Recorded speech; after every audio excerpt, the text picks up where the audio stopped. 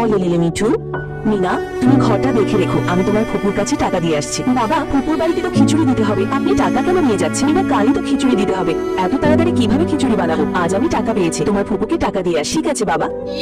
আরে বাবা, আপনি তো ফি জমা দেওয়ার জন্য এখনো টাকা দেননি।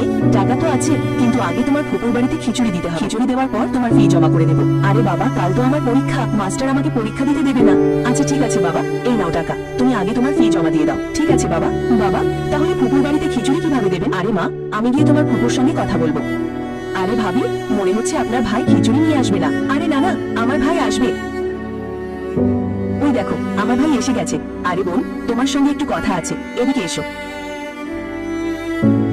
আরে বোন, আমার কাছে টাকা ছিল না, তাই কিছু নিয়ে আসতে পারিনি। আরে রাজু, তোমার মামা ওখানে কি কথা বলছে? ভাই কোনো সমস্যা নেই, আপনি এসেছেন এটাই আমার জন্য অনেক। ঠিক আছে বোন, আমি তাহলে চললাম। ভাই খিচুড়ি আনতে পারিনি, এই দেখো টাকা দিয়ে গেছেন। চলো বাজার থেকে সব জিনিস কিনে নিয়ে আসি। যদি তুমি সৃষ্টিকর্তায় বিশ্বাস করো তাহলে চ্যানেলটিকে সাবস্ক্রাইব ও লাইক করো।